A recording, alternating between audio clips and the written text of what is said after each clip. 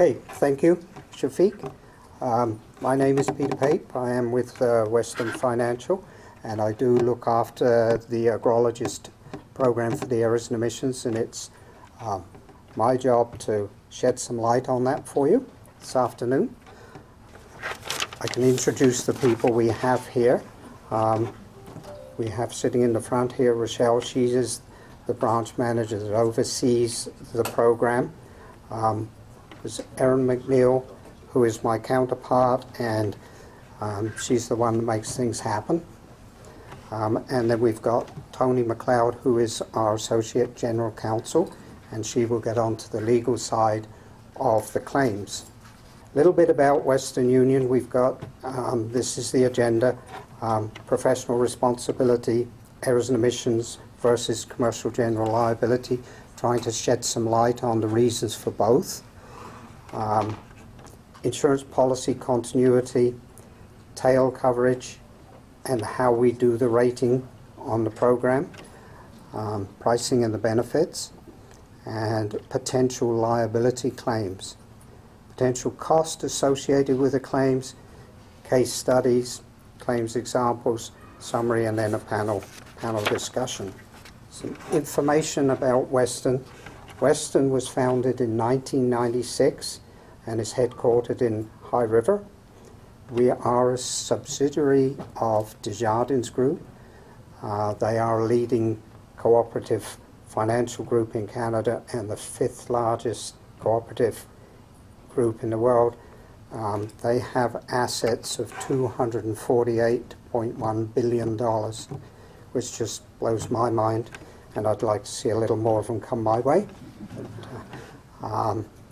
Western itself provides insurance and financial services products across 4 of the Western provinces: Manitoba, Saskatchewan, Alberta, and BC.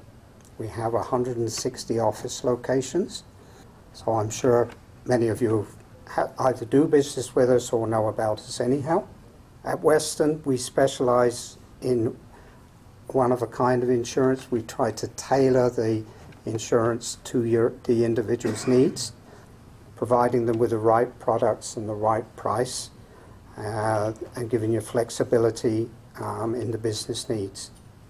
We believe that relationship with our employees and partners, our customers are rooted in genuine value, truthfulness, fairness, and loyalty.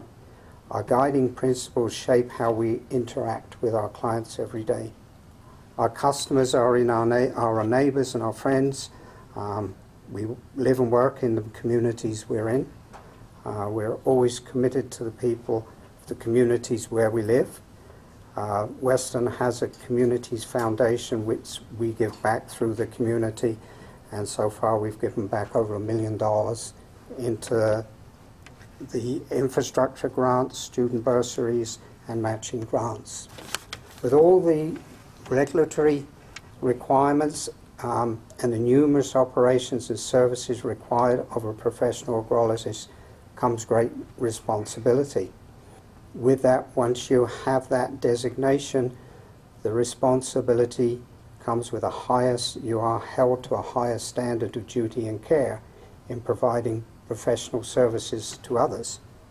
The costs and expenses to investigate, defend, and ultimately pay losses can be the difference between an AIA member having to file bankruptcy or having an insurer step to the plate and deal with it on their behalf. Agrologists, as do all professionals, have a moral obligation as to be a good corporate citizen by carrying proper insurance to respond to innocent third parties who have suffered a loss due to their actions, for which they may be held liable. The financial exposures to the professional agrologist can be vast, and an error in judgment may be simple: failure to identify or proper provide recommendations, incorrect analysis, or providing inaccurate advice could lead to a professional liability or errors and omissions claim. In order to maintain the high standard and to advance the profession of agrology, it is prudent that the AIA members carry professional liability and errors and omission insurance. My understanding is the Institute are intending to make it mandatory. Right now it is a voluntary. You don't have to have it, but eventually it will become mandatory. So that will also protect your association from potentially being a third party named in a lawsuit.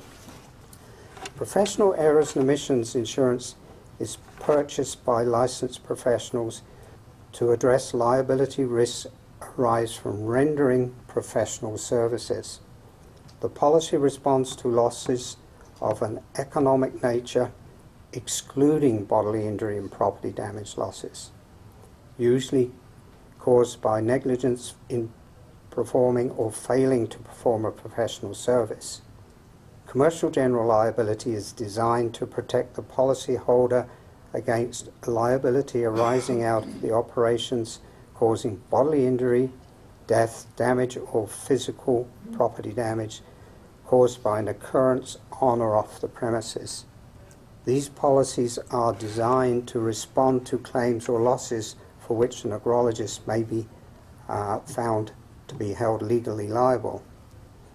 As you can see, these policies work in conjunction with one another, each filling a critical liability exposure and potential coverage gaps for our professional agrologist clients. In today's litigious business environment, even small incidents can result in large lawsuits. The need for professional liability and commercial general liability are evident in situations where businesses are owned and operated by professionals. It is my understanding that there are people in the remediation business that are not designated, not agrologists. They would not be covered by this policy. And to find coverage for people that are doing that without that proper designation is very expensive, and it's almost impossible to find because the exposure is to the insurer is far greater. Business professionals can be exposed to a number of different types of risk, demanding the need for both professional errors and omissions and commercial general liability. These policies can work together to ensure that there are no gaps in coverage. The best way to maximize and coordinate coverage and avoid coverage disputes is to place both policies with the same insurer. Policies issued by the same insurer are more likely to have common terms and similar definitions that eliminate coverage gaps. And also, if you're having a claim, you would have an adjuster that would adjust both sides of it instead of having two separate adjusters maybe arguing as to who covers what. And it just delays the process. If a claim triggers both policies, the claims handling procedures and experience will be consolidated. Placing policies with different insurers has the potential to foster conflict and delays in claims handling effectively. Claims are increasingly costly and time-consuming, and they can wreak havoc on a business, the business reputation and ability to conduct business. We're also finding today that we have a lot of people that are retiring, so we have to cover that eventuality. We have what we call tail insurance. Retiring agrologists have a potential exposure for any work completed prior to their retiring or leaving the field of agrology. They may not be found legally liable or negligent, however the cost to defend may be huge. Right now we have a statute of limitations which is 2 years, and I'm sure my legal people will tell me if I'm right or wrong, is that if there is a claim discovered on something, particularly if there's a remediation and there's contamination found, even if it was done 4 years ago and completed, and the contamination is found today, then the statute of limitations starts from today. Now, we also have in Alberta what they call a Limitations Act, is they can only go back 10 years. So there is an issue and there is a problem that if you are retired, you could have a possible claim. These options are critical for retiring agrologists as professionals that provide professional service and have potential exposure for what we call long-term liability claims. Demand letters from claimants' lawyers must be reported as soon as practical in order to assign control to the adjuster and to commence the investigation in a timely manner and to potentially defend the action. How we determine the actual pricing, we have some examples here of minimum premiums. It is set up because agrology covers a wide spectrum of what you do with the agricultural side and more to the oil and gas side. So it is handled in different, we call them firm types. So it depends exactly what you're doing, and it's based on the actual gross revenue that is determined. That determines our premiums. Whether you're hands-on or whether you're not hands-on determines those premiums. There's four different categories. Highest being the firm type 4, which would be individuals that have hands-on for reclamation, which would be using equipment, heavy equipment, to do the cleanup. The professional liability and errors and omissions coverage, AIA members, as I say, we're looking at maybe making it mandatory. This program is exclusive to the AIA insurance program. Premium rates, there are reductions up to 15% negotiated with the insurance companies, and that's an ongoing thing, if you're lucky. Depends on where the market is right now. Part of the product does encompass including tools and laptops, because if you go out and you were to do testing on site, you can cover that. Your own insurance might cover that if you have homeowner insurance, but with business laptops it may be different, so we can cover those things. It's a comprehensive package, has several extensions to cover that. Sudden and accidental pollution is covered, which again is very important, but it is sudden and accidental, and anything that happens with pollution has to be reported within 120 hours of the actual incident being discovered.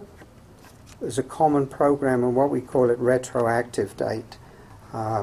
Goes back to January 1985. Your retroactive date on professional errors and omissions is when you actually start the policy. So if you were to switch companies after 1 year, you have to tell your new company your retroactive date is the date you actually started, so that they know that the claims have to be paid within that time frame.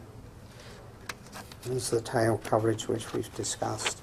The claims, which is the more interesting side, Toni is our Associate General Counsel, and she can give you some insight to some of the litigation that we've been looking at. So as Peter has covered, there's a lot of options out there on the insurance side of things, and Peter and his team are a wealth of knowledge in terms of all of the products available, all of the risk areas and exposures that you may have as professional regulated agrologists. It's a very large field. And as Peter mentioned, at Western, it's very specific. It's tailored insurance products, so there's no way we could cover it all today. So we thought at this point, rather than making this an Insurance 101 seminar, we'd switch it over and really get into the meats and potatoes of why an agrologist should care and why they would want to have this kind of coverage. So I'll start off by saying we'll go through some potential claims and some real cases that have happened that we're aware of. But I'm not going to, the objective is not to scare you or to incite panic. And our colleague Greg is going to be following up with a lot of strategies in terms of how you can reduce risk, manage risk, so that hopefully you're not in that situation where you're facing a lawsuit to start with. But it's a reality, it happens, we're seeing more and more of it. Like it or not, it looks like we're becoming a more litigious society. But I would say it's more of a credit to your profession and what you do as professionals. Highly regulated, like it or hate it, regulatory compliance is growing, will continue to grow. And so it's a reality that by having this role as really an expert that clients are relying upon, that there's some risk there to you as a professional, the same as a lawyer, dentist, doctor. So if anything, I try to always look on the positive side and say the fact that we're even here talking about it is a credit to your profession and what you do and the standard of care that you have and the role you play for your clients. So we'll jump right in. This is just a very broad summary of all of the potential claims that could arise. Obviously a huge scope: crop, forestry, environmental, oil and gas consulting. There's a huge errors and omissions exposure in those areas particularly. Seed variety recommendations, which of course would lead to damages for poor crop yield, or there's a case we'll discuss here, its eligibility for a government program as well. Regulatory compliance recommendations, obviously regulatory compliance. I love it, but I'm a lawyer. Everybody else hates it. It's growing, and it's in more and more area of work that I think we'll see. And that can involve fines, lost work due to recommendations that were made, what have you. Pest management recommendations, so damages arising from pesticides that contaminate water supplies. A lot of case law there, neighboring crops, soil, etc. Fertility recommendations, so loss of livestock due to fertility mismanagement, scheduling, medications that are suggested, and what have you. Irrigation scheduling, again, damages for crop yield mismanagement. So these are terms that different areas but come up again and again. Equipment selection, being under or over equipped, any effects on the operation. So these are things that when you're looking down a statement of claim, it's the kitchen sink approach. They will throw everything in there they can think of to say, you know, this is your fault and I've suffered a loss. And so these are the type of damages you'll see. They can be creative sometimes, but at the end of the day, that is the objective of litigation, is to make the defendant whole. And so they want to make sure that they account for every loss they've had. So it would include something as specific as that. And just general contamination, that's a big one, related to oil and gas activities. So oil and gas might be slowing down, but that side of things won't, I'm sure. So that's a very broad overview. Potential costs, so that's what people want to know is, you know, what would this cost me? What would I be looking at? So we have some good information for you here. The types of litigated awards. So what would a statement of claim, it's going to say, you're the wrongdoer, this is what you did, but what are the losses they're seeking? So obviously out-of-pocket losses, economic damages, so cost of seeds, fines for regulatory non-compliance, property damage, loss of livestock, etc. You name it. That's one of the very common ones we'd see. Loss of profits, obviously crop yield is a huge one. Loss of opportunity, that's a funny one. That's really a loss of a future contract due to negligent report, something along those lines. Loss of funds that a client was intending to use for some other business opportunity. It's not as easily quantifiable, which makes it's a little less comfortable to work with. It's something that we can't really put a number on. There's less certainty when it comes to a damage award. You know, what could that opportunity be? What would a judge ultimately decide that lost opportunity is worth? It's kind of one of those wild cards in the damages field. Expenses, so fines, replacement of seeds or equipment, what have you. Interest, so interest, pre-judgment and post-judgment, so that's any interest on damages from pre-judgments from the date the cause of action arose up to the judgment. And then after the fact, it's not like you get paid the day you get the judgment. It can take a while to actually get paid, so that would be the post-judgment interest as well. And then this is the one lawyers don't really like talking about it, but legal and defense costs, huge reality, and it's something people really want to know more about. With respect to costs, so I'd mentioned that when there's a lawsuit, and some of you may be aware of this, the successful party in the lawsuit is entitled to costs from the other party. So that basically covers some of their legal expenses incurred to take the matter to trial, or that are incurred or defend at the conclusion of the litigation. So these are really costs that would be awarded or at the discretion of the courts to a large part, but there's provincial and federal courts have developed tariffs, which are basically guidelines in a lawsuit which attract costs and outline how much you can recover from having to go through all the trouble to take all of those litigation steps up to and including trial. The problem is those cost tariffs tend to be a little out of step with the true cost of litigation. It's expensive. It's very expensive. Every stop along the way has an increased cost associated with it. So it can be a very expensive undertaking, and a very expensive undertaking when, even if you are in the right and you ultimately are able to prove that you weren't negligent, that you fulfilled your role as an agrologist properly, that's great to have, but the reality is you're still going to have put up a considerable amount of money to essentially clear your name, which is the sad reality of things. And there's a lot of factors involved in that. Some of it is the requirement in most cases for expert reports. It's just the subject matter of what you deal with often requires expert reports. It's not a simple litigation. It can be very complex scientific matters, which can drive the costs up considerably.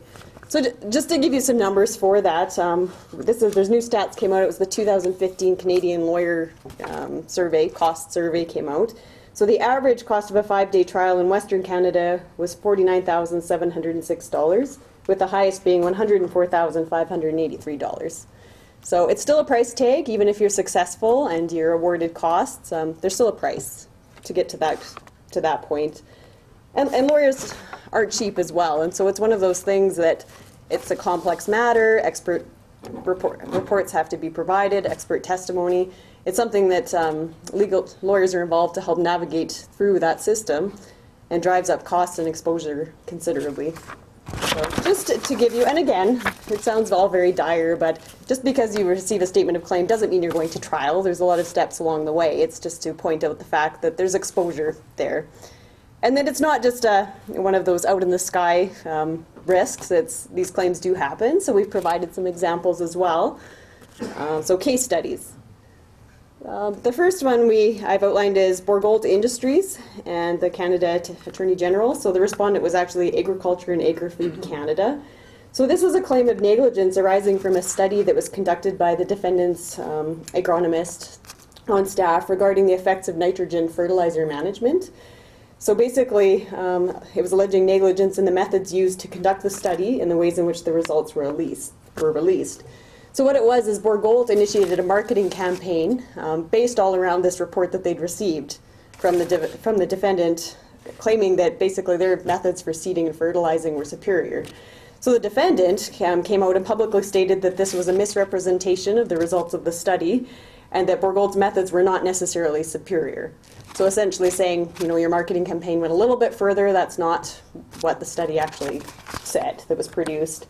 And so the Bourgault brought a lawsuit claiming injurious falsehood and negligence, and they later appealed to the Saskatchewan Court of Appeal to obtain leave to amend their statement of claim to essentially add more things on the basis of defamation, unlawful interference with economic interests, and breach of duty of care. And that was granted.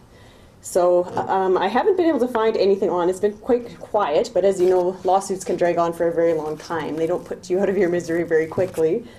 So we aren't aware at this time if this has settled or not. I don't know if Greg's heard anything, but ultimately if the Saskatchewan Court of Appeal determines that the agronomist was negligent in his role in conducting that study, sharing the results, commenting on the marketing campaign that went out and the results, he'd be held personally liable for the damages suffered.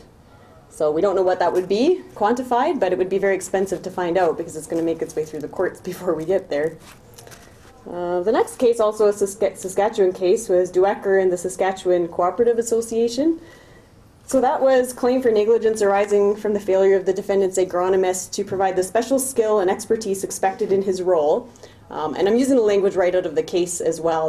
They really do, the courts, I don't know how much that means to you, but they hold your profession to a very high standard and say, it's a highly regulated profession, you're experts in your field, and we're going to hold you to that high standard. So this is the language you really will hear in the court cases around these type of situations. So really, it's ultimately the defendant provided advice regarding the type of seed being planted by the plaintiff that would comply with the terms and conditions of what's called the Green Cover Canada Land Conversion Program. And my understanding was at the time this case came out, it provided $45 an acre for lands cultivated in compliance with the program. So the defendant misadvised the plaintiff by recommending that she plant seed containing downy brome, which actually disqualified her from the program. And she had summer followed the 2 years before and had been qualified on a preliminary basis, but when she went in to buy the seed, she just took in the green cover brochure and said, I want to buy seed that's in compliance with the program, make sure I have the right stuff. And the agrologist on staff gave her the wrong seed that had this downy brome in it. So she was ultimately awarded not huge damages, but they were found negligent for the agrologist failing to familiarize himself with the requirements of the program. And the damage award was $4,640 and change. And that was for the cost of seed and custom seeding. So the language that the judge really focused on was due to the special skill and expertise expected of an agrologist. There was no duty on the plaintiff to go in and express the requirements of the program. Just walking in with the brochure should have been sufficient. So again, just some acknowledgement by the courts that they really hold your profession to a very high standard, as they should. But unfortunately, there's some risk that goes along on the flip side of that. So shifting gears a little bit, the Meyer case, it's more of a disciplinary action. But in this case, they alleged that Meyer published a study that had been conducted without following the proper scientific protocol expected of a professional agrologist. So it was failure to record seed depth, set up proper trial, or record observations. And then there was a failure to alter the presentation when Meyer realized that his hypothesis might be wrong. So very much the focus of the regulatory body, your regulatory body, on following the proper procedures. So Meyer appealed the decision of the discipline committee, but the court upheld the order for costs in the amount of $15,000, plus the costs, obviously, of the appeal. And so the next case was a Manitoba one. So this was it's kind of an interesting one that you don't often see the courts doing this. But it was a claim for negligent misrepresentation on the basis of a report that the defendant agrologist had prepared on the viability of the plaintiff's proposed beef operation. So what this was the plaintiffs, to my understanding, were immigrating from Germany, and they needed the report to submit as part of their visa application. And they never actually saw the report. It just made its way to the Canadian embassy. But yet at the end of the day, they turned around and claimed that they'd relied on that report. It wasn't viable. The operation wasn't financially viable for them. But the court ultimately found in their favor and said that they didn't rely on that report in making their decision to pursue an alternate business plan. Once they arrived, they decided to go a different direction. They hadn't even seen the report, so they didn't rely on it, which is an element required. So ultimately, the defendant wasn't liable. But the court went on to kind of say, but if they had been, here's what we would have been looking at, and the damages payable would have been $36,000. So that was the purchase, ownership, and sale of land, costs of the home and preparing it for habitation, any loss incurred on machinery they'd purchased in reliance on the report, legal fees, and interest. So interesting the court went that one step further, but again, it's just kind of that demonstration of exposure. And the next case is tragic in and of its own. This was a U.S. decision, but it can show how quickly, and depending what field you're in, what these damage awards can look at. In this case, the plaintiff's employees sprayed 1,000 acres of a vineyard with a mixture of chemicals in a manner that was recommended by the defendant's crop advisor. And the grapes shriveled on the wine before they contained enough sugar to be turned into wine. So that's tragic enough on its own, the loss of the wine. But in addition to that, the jury awarded almost $8 million in damages. So I won't outline them all. You guys can read and see what the heads of damages were. But big, big bucks. So pretty quickly you can see, luckily, I'm very happy that there's no comparable Canadian decision yet, but our society seems to, it goes up and down, but it feels some days like it's a little more litigious than it used to be, and it's certainly that it could happen here. It would be very similar case law. So again, none of that is to scare you unduly, and there's many, many steps you can take to reduce risk before you get there, and having insurance is just one component of how you can mitigate your risk as well. But they're out there, the cases are real, and the standard of care for your profession is very high, and unfortunately for these individuals, the courts are holding people to them. So cost of litigation, so I'd already mentioned, I gave you the statistics for the average cost of a trial already. But then there's other costs as well that we had thrown. We found a few with environmental engineers, very similar type things that we included just for your own background and knowledge. So environmental engineers, the first one was retained by a purchaser of a property to conduct phase 1 and phase 2 environmental assessments. Not sure exactly what that is, but it sounds like a lot of work and a lot of skill and expertise required. A few years after that purchase, the purchaser decided to sell the property, and I went through this whole thing again and got another phase 2 assessment, and it turns out there was a lot of contamination on the property. So the claim obviously was brought for negligence in performance of those phase 1 and 2 assessments by the first environmental engineer, and damages in the amount of $500,000. So not a small amount, and ultimately the insurer negotiated a reasonable settlement. We like that word. You know, we don't want people to be going to trial for no unnecessary reason if they can reach a mutually satisfactory resolution, but defense costs were still about $50,000. So even if you're not going all the way to court, there's still costs that you might be looking at. And the second one, again, I threw in another environmental engineer. Failure to detect groundwater contamination, very similar theme as well. The purchaser sued for over $2 million in damages. This one was Canadian, I should mention. Slightly different field, but big damage claim. Multiple sources of contamination on the sites adjacent to the property, neighbors, people are being third-partied into the lawsuit, expert, testimony and reports are going to have to be prepared. It was going to get really expensive really, really quickly, so the matter was ultimately settled again, but legal costs were still in excess of $100,000, and that was just on behalf of the insured engineer. So, a lot of money, a lot of money. And again, none of that was to scare you. It was just to say, they're out there, it's real, and it's something to think about as you go about your work, which sounds very complicated and hard to do. So I'll give you a lot of credit. Thanks. I do realize that insurance is a very dry subject, but in today's world, it is becoming more and more important. The review individuals and corporations that provide professional services are held by the courts to a higher standard of duty and care. Agrologists are accountable to be held to the same high standards as other professions such as your doctors, lawyers, dentists, accountants, engineers. The incidence of litigation is on the rise, and we do see that, and whether or not there is an obligation to make a payment or not, it's defending that action that gets very, very expensive. Occurrences are triggered by potential errors, omissions, misleading statements, or neglect or breach of duty, committed or alleged to have been committed by professional agrology consultants. Claims for damages, whether actual or alleged, have led to lawsuits involving investigation costs, adjuster expenses, engineering fees, expert witness, legal fees, and ultimately claim settlements. It can get very, very expensive.